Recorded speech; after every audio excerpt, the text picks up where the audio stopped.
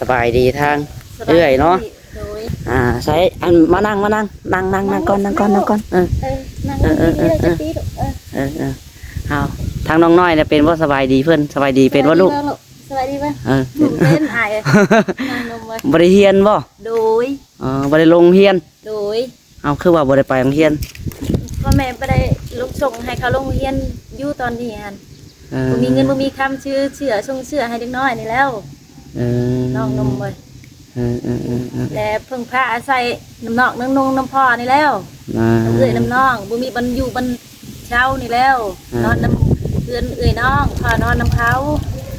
แม่กับไรนี้แล้วบุมีบรรยูเพิ่นอะไรกับไรนี้ทั้งลูกทั้งผัวบัดผัวก็มาเอาเลยเฮานอนกันดงเฮือนเอื้อยน้องขออาศัยอยู่นำกับเจ้าโดย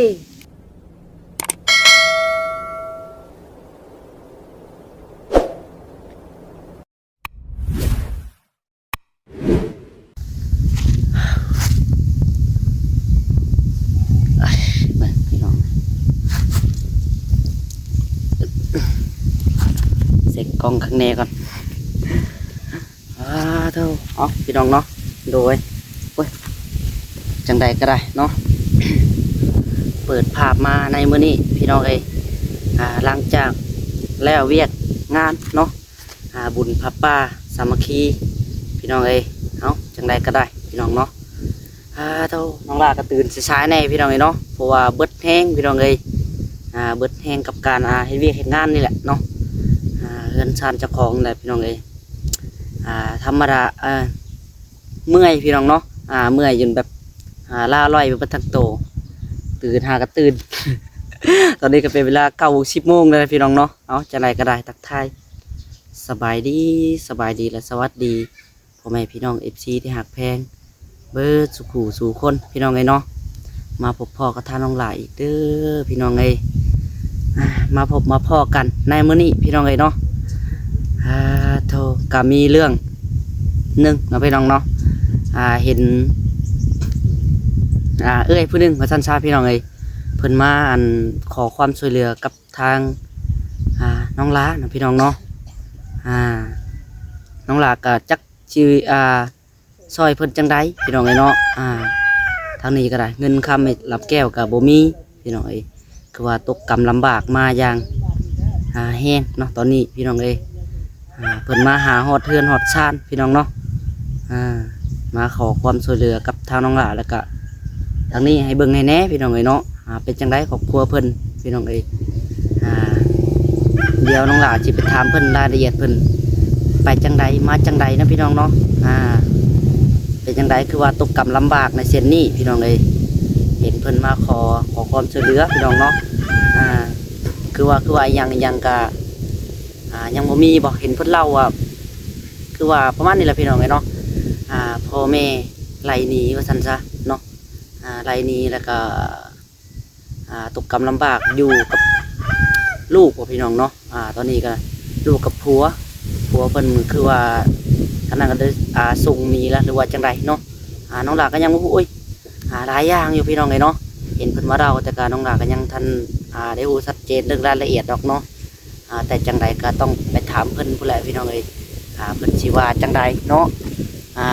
พอเป็นไปมาเพิ่นเป็นจังใดมาจังใดคือว่ามาก็คือแบบคือแบบถือผ้านำได้พี่น้องเอ้ยเนาะถือผ้าคาท้องมานำตัวมีลูกนำเนี่ยนั่งอยู่พี่น้องเอ้ยเนาะเดี๋ยวน้องดาจะไปถามไทยเพิ่นเอ้ยเป็นจังใดเนาะคือว่าตกกำลำบากในเส้นนี้พี่น้องเอ้ยไปจังใดมาจังใดอยู่จังใดที่แรกเนาะคือว่าถือพ่อแม่ไรนีไปเฮ็ดผิดอีหยังมาบ่เพิ่นจังไรนีเนาะหรือว่าอยู่เพิ่นก็ไรนีบ่หรือว่าจังใดเนาะปะจังใดก็โอเคพี่น้องเอ้ยเดี๋ยวน้องหลานจะเข้าไปถามไทยเพิ่นแล้วก็ทักทายเพิ่นก่อนเนาะเพิ่นนั่งอยู่ในระเบียงบ้านน้องหลานเลยพี่น้องเอ้ยเพิ่นมาแต่โดนได้เนาะแต่จะเศร้าเพิ่นแหละพี่น้องเอ้ย น้องหลานท่านได้ตื่น ท่านได้ตื่นนอนพี่น้องเลยท่านนี่ก็เมื่อกับการที่เวียกงานนี่แหละพี่น้องเนาะอนามัยทุ่งหยกทุ่งยางก็ยังบ่แล้วซ้ำพี่น้องเพื่อนเจ้าของก็ยังท่านได้ถูเปื้อนอยู่ตอนนี้ก็ได้เนาะอนามัยก็เห็นน้องๆเพื่อนแหละอนามัยแต่เศร้าบ่พี่น้องเลยเริ่มแปลนได้แล้วค่ะ แต่ก็ยังอยู่เศษที่เศษถุงหยอกถุงยางเนาะหลายพี่น้องเอ้ยไปจังไดก็เดี๋ยวน้องลาสิไปเบิ่งน้ำกันพี่น้องเอ้ยเข้าไปทักทายทั้งเพิ่นก่อนเนาะนี่เด้พี่น้องเอ้ยเนาะปาโตไปจังพาลูกนางตากแดดเนาะ จังไดเด้บะนี่พี่น้องเอ้ยน้องลาก็ได้เนาะจักสิคำซอยละมีแต่ถ่ายคลิปส่งลงให้แม่ FC ได้เบิ่งนำกันนี่แหละเนาะเท่าสบายดีทางเรื่อยเนาะใช้อันมานั่งก่อนนั่งก่อนนั่งเอาทางน้องน้อยเนี่ยเป็นว่าสบายดีเพื่อนสบายดีเป็นว่าลูกสบายดีป่ะเป็นอายนั่งนมไว้บริเฮียนบ่โดยบริลงเฮียนโดยเอาคือว่าบริไปโรงเรียนพ่อแม่ไม่ได้ลูกส่งให้เขาลงเรียนอยู่ตอนนี้ฮันบ่มีเงินบ่มีคำชื่อเชื่อส่งเชื่อให้เด็กน้อยนี่แล้วน้องนมไว้แต่เพิ่งพาอาศัยน้ำนอกน้ำนงน้ำพ่อนี่แล้วน้ำเอื้อยน้ำน้องบ่มีบรรอยู่บรรเช้านี่แล้วนอนน้ำเอื้อยน้องพ่อนอนน้ำเขาแม่ก็ไล่นี้แล้วบ่มีบรรอยู่เพิ่นอะไรก็ไล่นี้ทั้งลูกทั้งผัวบัดพวกมาเอาเลยเฮานอนดงเฮือนเอื้อยน้องขออาศัยอยู่นำกับเจ้าโดยเอาเดี๋ยวปะเขาไปนั่งบนห่มก่อนคือจะได้ล้มกันโดนเติมอยู่หรอกซะเบิ่งในฟังเบิ่งอะไรพี่น้องเลยเนาะเอาเขาห่มก่อนมันฮ้อนแดดเลยเนาะโอ้ยทางนี้ก็ไม่ได้ปูสาดปูยังพี่น้องเลยขยะเนาะโดยแต่มานั่งไฟชิลี่กล้องกันเนาะเขามานั่งมามานั่งมานั่ง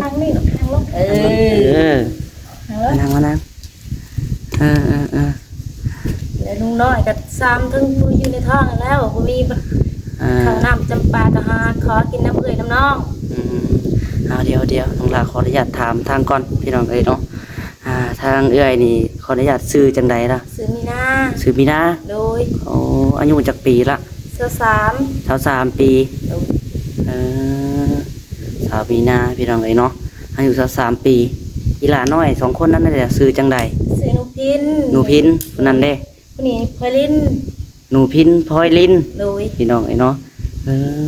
หัวจักปีแล้วนี่คนนี้6คนนี้7ปีเกิดอะไรเรียกกันเลยดิเนาะได้ลูกทีดีพี่น้องเอ้ยเนาะ6 ปี7 ปีซื้อพลอยลินบ่หรือจังหนูพินหนูพินพลอยลินโดยพี่น้องเอ้ยเนาะ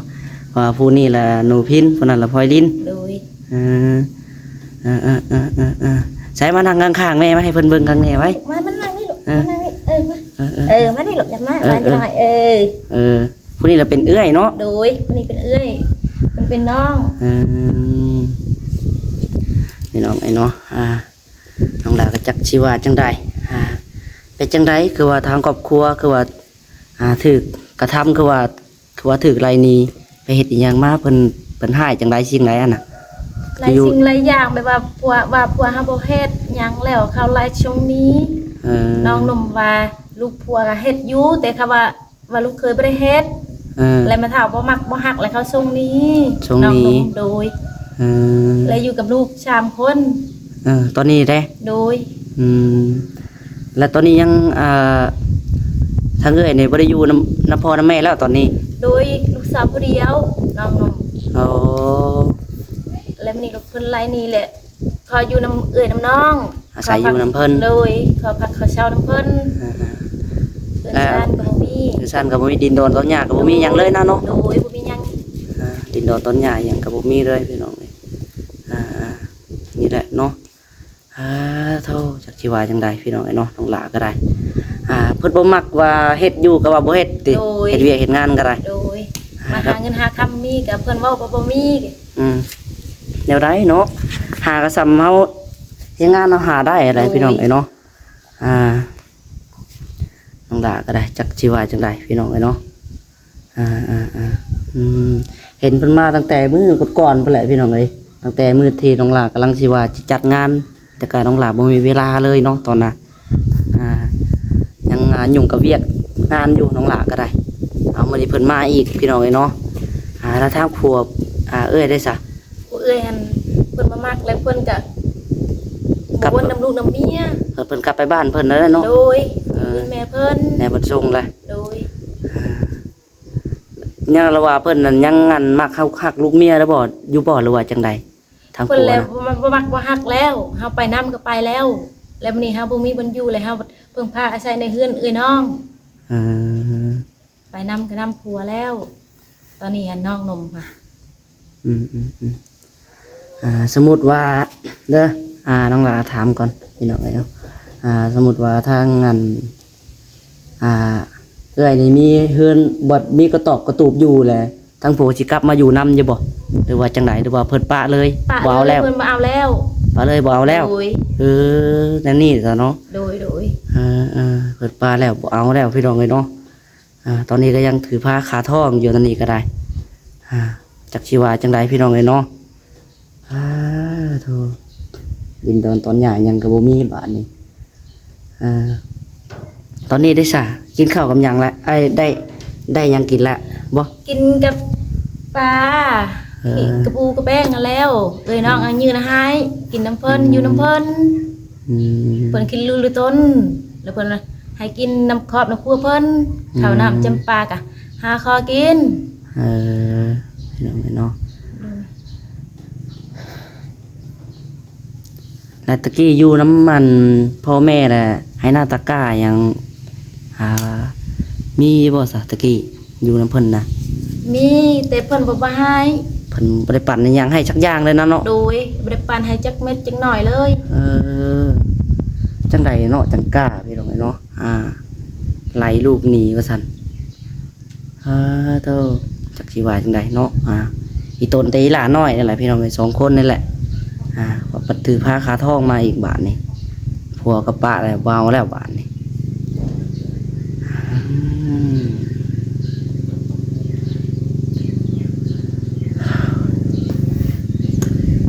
จักจ้ะพี่น้องเลยเนาะน้องหลานก็จักคำซอยๆละจังไดก็มีแต่ถ่ายคลิปให้ FC เบิ่งเนาะโดย บ่คิดบ่ฝันเนาะว่าสิเป็นจักซี่เนาะเลย โดย พ่อแม่ก็กล้าทิมเนาะพี่น้องเนาะเขาว่าบ่ฮักผัวก็สิไล่แต่ผัวนี่ก็แล้วอันนี้บ่มักทางเอื้อยนำแต่เบิ่งเพิ่นจังกล้าเฮ็ดถึงปานนี้เนาะ โดย ไล่ทั้งลูกนี่เลยพี่น้องพี่น้องลูกน้อยอีกบัดลูกน้อยยัง2คนแหละ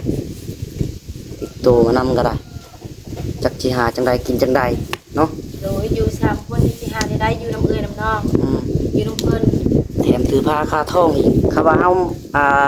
บ่ได้ถือผ้ายังว่าอย่าใส่อยู่น้ำเพิ่นก็หาในอยู่ในกินซอยกันซอยเพิ่นเนาะ โดย เพิ่นก็สิบ่ว่าอันนี้ดอกพี่น้องเนาะผู้อยู่นํก็ได้ อันนี้อาศัยอยู่น้ำเพิ่นบัดนี้เฮาวัดเฮ็ดหยังก็บ่ค่อยได้ปาน โดย เฮาสิหาจังไดเนาะ โดยเนี่ยในท้องลูกในท้อง ลูกในท้อง แล้ อีก ว บัดนี้ลูกในท้องจักเดือนแล้วลูกในท้องนี่ 6 เดือนแล้ว โดย6 เดือนนี้ อ๋อไก่ก็ได้พี่น้องเนาะอันนี้ก็ได้เนาะอีก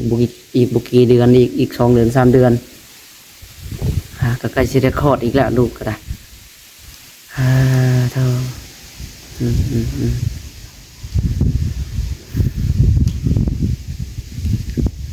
เอาพี่น้องเนาะ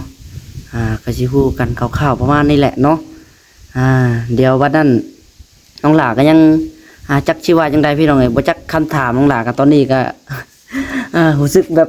ไม่เมื่อยแน่จักชีว่าจังใดเนาะน้องหลาก็ได้คิดอีหยังบ่ค่อยออกเลยพี่น้องเอ้ยสิถามเพิ่นกันมีแต่เนาะคร่าวๆประมาณนี้แหละพี่น้องเอ้ยเดี๋ยววันนั้นเนาะคลิปต่อไปน้องหลาสิโทรตั้งพ่อไปเบิ่งน้ำพี่น้องเอ้ยเฮือนเพิ่นอาศัยอยู่น้ำผู้ใดตอนนี้เนาะถือว่าตอนนี้ก็ยังแบบอาศัยอยู่น้ำเพิ่นอยู่เนาะ โดย เพิ่นโอ้จังใดเด้เนาะนะเอาจังใดก็ขอขอบใจหลายๆเนาะพี่น้องเอ้ยเนาะอยู่ดีไม่แห้งเพิ่นสุขคนพี่น้องเอ้ยจังใดก็สู้ๆเอ้ยเนาะจังใดเพิ่นบ่มักบ่ฮักเฮาแล้วเนาะ โดย จังใดก็สู้ๆเอ้าเวลาน้อยเพิ่นเป็นจังไดน่ะแนวตาเพิ่นน่ะ ตาเราเป็นมาแต่เกิด บ่ โดย ตาเล่บ่ โดยมันใหญ่มาแล้วมันเป็นแบบนี้เลย เออหาก็จะเห็นได้พี่น้องเลยเนาะเอาจังไรก็สู้ๆเนาะเป็นกำลังใจให้เนาะจังไรก็คือว่าอะไรพี่น้องอาศัยอยู่นำเพิ่นเนาะจังไรก็สู้ๆเนาะเอาโอเคบัดนี้ขอบใจหลายๆอยู่ดีมีแห้งสบายดีเนาะพี่น้องเลยเนาะไปเดี๋ยวน้องหลานก็จะขอตัวไปก่อนพี่น้องเลยมาถามไทยข่าวๆเนาะเล็กน้อยพี่น้องเลยเดี๋ยววันนั้นคลิปต่อไปสิชวนทั้งพ่อเพิ่นไปเบิ่งเนาะเป็นจังใดมาจังใดพี่น้องเลยอันนี้ก็ปูสำนีก้อนพี่น้องเนาะน้องหลาก็ได้ว่าจะคำถามเพิ่นพี่น้องเลย ว่าง่ายคือทั้งหลาก็ถามเท่าที่ก็จิฮู้เบิ่นล่ะพี่น้องเลยถือพ่อแม่อะไรนี่ว่าซั่นเนาะมาขอความช่วยเหลือจากกับน้องหลาก็คือว่าอะไรพี่น้องเลยบ่มีเงินบ่มีคำมีแต่พอกลุ่มอยู่กลุ่มกินทางน้องหลาเองก็ได้เนาะจากจะให้ช่วยจังไดมีแต่คำถ่ายคลิปแล้วก็ให้แม่ๆ FC เพิ่งผ้าใส่น้ำกันนี่แหละพี่น้องเลยเนาะไปโอเคพี่น้องเลยสำหรับคลิปนี้ก็น้องหลาสิขอตัวไปก่อนพี่น้องเนาะบ๊ายบายสบายดี